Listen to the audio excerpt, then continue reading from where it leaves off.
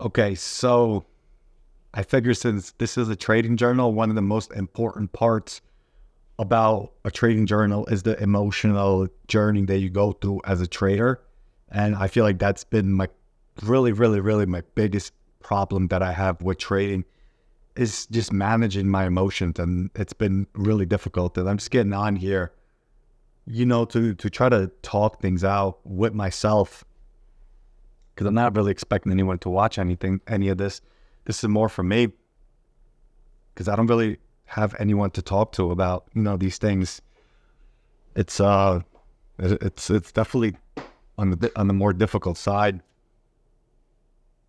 You can have the perfect game plan going in, and then as soon as you get on the charts, these emotions start kicking in, and you start doing things, and then you get out of the day, and you're like, why did I do any of those things?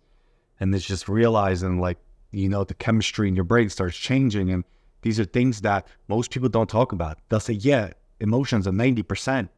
Strategy is 10%. It's like, yeah, you're right.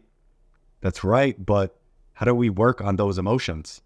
How do we work on not being impulsive and taking the right trades and being patient? How do we do those things? Because that's truly the most difficult thing. And right now I have in my background, how to work on your emotions in trading. But it's really difficult, especially like with me. I was doing very well in e-commerce. I was doing, multiple six figures a year. I had multiple millions in revenue. I was doing very, very well. And something in me told me to completely cut everything off, live off my savings, and pursue this trading thing. And now it's been 13 months. Today's November the 15th. And this is, 13 months that I've been trading. And at this point, I got my strategy 90% down. The strategy is easy, but the hardest part now is managing my emotions. And I'll go 3 weeks green, and then 1 week I'll have a bad week, blow up. And then from there, now I'm on tilt for the next few weeks. And it's so hard when you're feeling like a failure, like you're failing, because your wife is riding on this dream that you sold her, and you're riding on this dream you sold her, and your savings are drying up, and the last thing you want to do is go and get a job and have to work for $10-15 an hour. So all this built up emotion of just being scared to fail, and just wanting to prove everyone wrong that said you wouldn't do it. Like, granted, I didn't have anybody that said you couldn't do it. Right? People are like, okay, like, I believe in you. I hope you can, but I guess I want to prove myself right and prove that this was the right decision to do. And it's very difficult. And every day I go into the trading day and I'm like, you know what? I'm not going to take a trade if the setup isn't there and I don't see the setup. And then boom, something clicks in my mind and I'm taking the trade.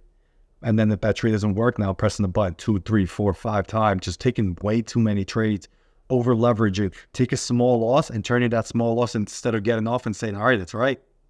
Maybe this was my trading plan right here and my setup and it didn't work out. And instead of walking away, now I'm like, I need to recover.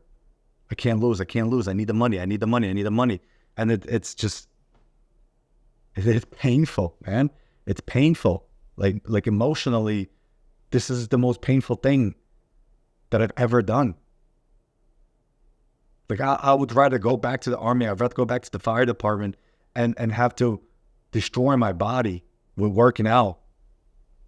I'm not saying I would rather. I love trading. That's the thing. That's why I'm doing it. That's why I've been here for 13 months losing. Losing for 13 months because I love this. But if I were to have to pick a pain, I would pick the pain of destroying my body physically rather than destroying me mentally, because physically, it's a lot easier to see where you're weak at. Oh, you're running, you can't run 2 miles. What do you need to do? Run more. You can't do 100 push-ups. What do you need to do? Do more push-ups. But with this, it's like you don't see your emotions creeping up on you. It just happens.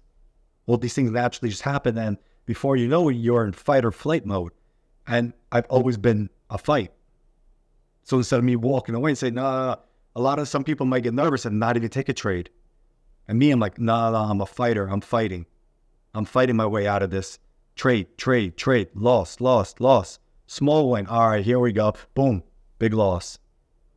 Work my way out of drawdown, come back into profit, right back into drawdown. And I try to keep a very positive mindset. I try to say all the time, like, this is part of the journey and I'll be successful no matter what, right? Like, as long as it takes, I'll continue to do this. But then another part of me is like, this is difficult. Man, like, what if I don't?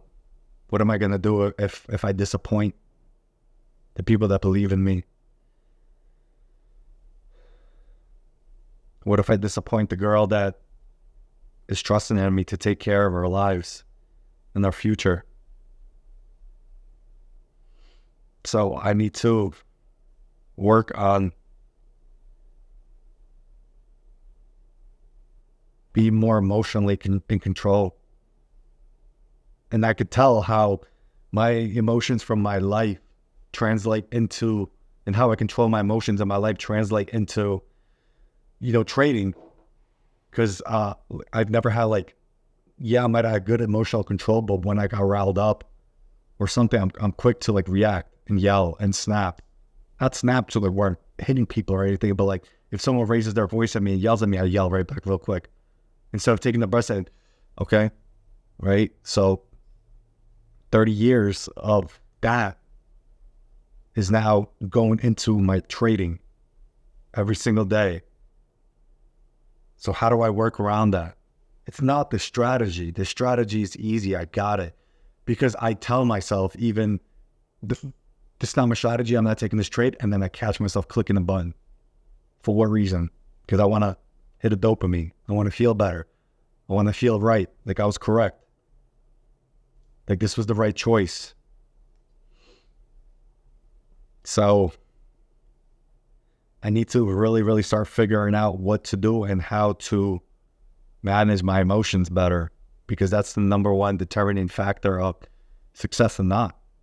It truly is in trading. That is the number one determining factor.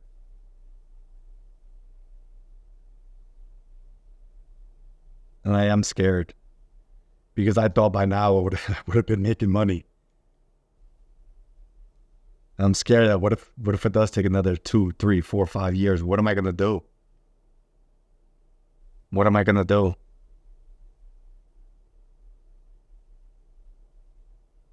Oh, why don't you go back into e-commerce? I just genuinely never want to go back into that life. I don't know why. There's something just telling me, no, don't go back into e-commerce. I don't know. I don't know what to do. I know that I'm going to keep trading and I'm going to keep giving it my all. Luckily, one thing I give myself a lot of props for is the fact that pretty early into my journey, I went down the funded route. So whenever I'm blowing an account or losing money, it's not a lot, right? So I've blown like 3, 4, 5 maybe accounts, a couple $100 a piece. When I first started trading options, I put in maybe $2,000 and I withdrew $500, so I lost about $1,500. So in a year, I'm down probably like 5 to 10K. It's nothing crazy because I know people that started trading and they went all in and lost 50K, 100K, 200K before it clicked. So one thing I am happy about is the fact that I didn't do that. I didn't go crazy, and I knew that I wasn't going to get it right away. But it comes to a point where it's like, when am I going to get it? And I think it's like days like this where it really makes me realize there's a lot more to work on than just the strategy. And I've never taken the time to try to work on my emotions and figuring out how do I better my emotions? How do I catch them quicker and not push them away, but see it, accept it, and don't let it take over. So I think that's going to be the next part of my journey, right? Building patience, building discipline, things like that. So maybe that just means that I sit on the charts and do everything in my power not to take a single trade. That's my issue. I always see a setup.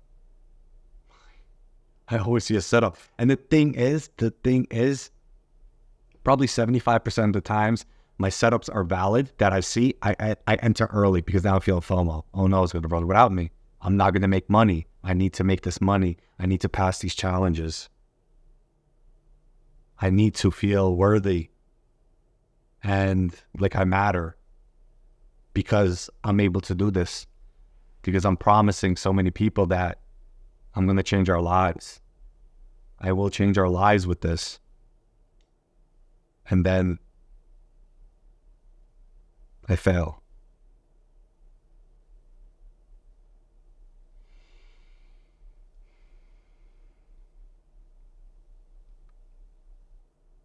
So how do you build a muscle that you can't see, that needs working?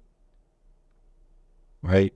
You could see your arms are small, you could see your legs are small, you go do some squats, do some curls, you could build those up. Eat more protein.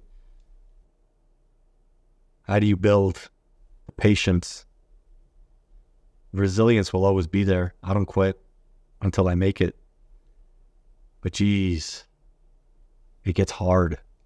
It gets very depressing when you lose and lose and lose and lose.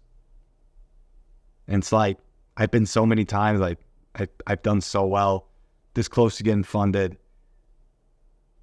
and then emotions take over, and it's like, boom. It's like a curse on me. It's like, nope, you ain't getting it. Not your time. Not yet. When is it going to be my time?